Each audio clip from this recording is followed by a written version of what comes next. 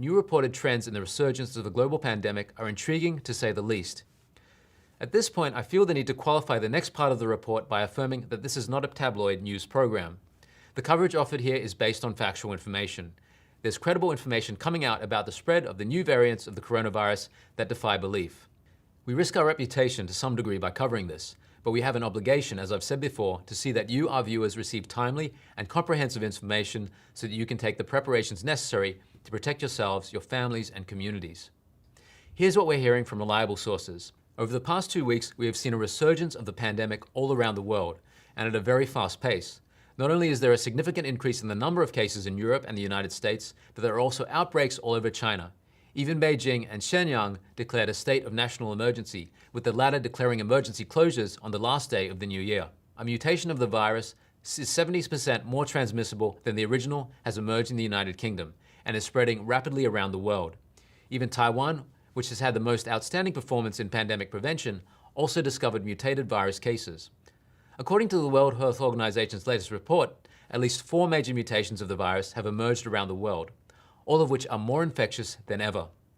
We should note that these mutated viruses are in fact new viruses, so their ways of transmission and infection need to be further researched and clarified.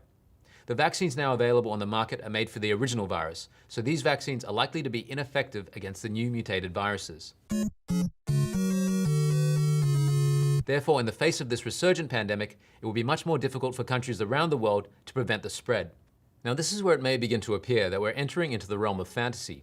This undoubtedly sounds far-fetched, but there is a scientific basis to it, and there is at least one high-profile news outlet, namely the New York Times, also reporting along these lines. So are we going to be seeing a B-grade horror zombie movie scenario playing out right before our eyes? Disturbingly, it's not completely beyond the realms of possibility. Well, this is 2021, and if 2020 was anything to go by, anything is possible. The scientific basis for this claim is that the most serious level of this mutated virus will attack human brain cells, causing cerebral blood vessels to rupture, leaving the patient unconscious and trembling.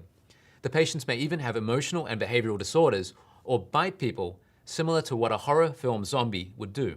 The New York Times published a story in which it interviewed several patients and doctors who had recovered from the virus and found that some patients had severe mental illnesses or hallucinations and delusions after being infected with the virus.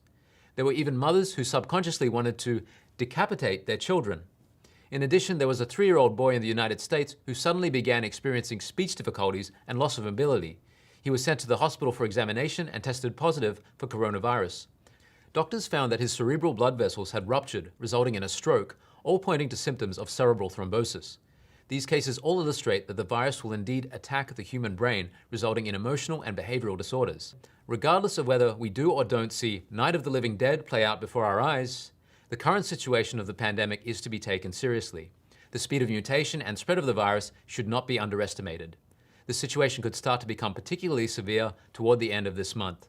So please keep this in mind in terms of the preparations that you may choose to make.